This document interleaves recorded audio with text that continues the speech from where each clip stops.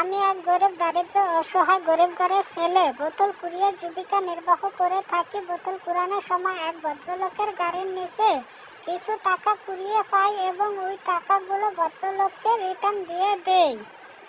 বাবা, তুমি টাকাগুলো আমাকে না দিলেও তো পারতে। এরকম সৎ লোক খুব কম দেখা যায়। আমি কি তোমাকে কোনোভাবে সাহায্য সহযোগিতা করতে পারি? জি স্যার, আপনি চাইলে আমাকে পানি পান করাইতে পারেন, আমি খুব পিপাসার্ত।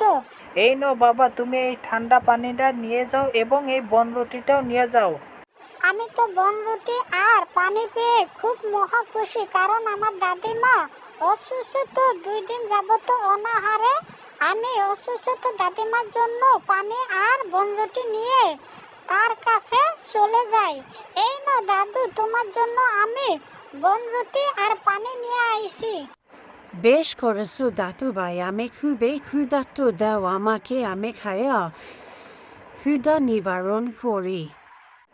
বাচ্চাটি বনরুটি আর পানি নিয়ে তার কুড়ানো বোতলগুলো ফেলে চলে গেছে। তাকে আমি কিভাবে কেমনে এগুলা রিটার্ন দেই? এবং যেতে যেতে দেখি বাচ্চাটি এক বৃদ্ধ মহিলাকে বনরুটি আর পানি পান করাইতাছে। এই অসহায় দারিদ্র লোকেকে আমি যদি সাহায্য সহযোগিতা না করতে পারি, তাহলে আমার মতো হতভাগা কেউ হবে না। তাই আমি বেশ কিছু খাদ্যদ্রব্য এবং অর্থ প্রদান করি। তাই আমাদের প্রত্যেকের উচিত এইরকম দারিদ্র অসহায়ের পাশে দাঁড়ানো। যদি ভিডিওটি ভালো লাগে তাহলে অবশ্যই কমেন্টে জানান এবং লাইক শেয়ার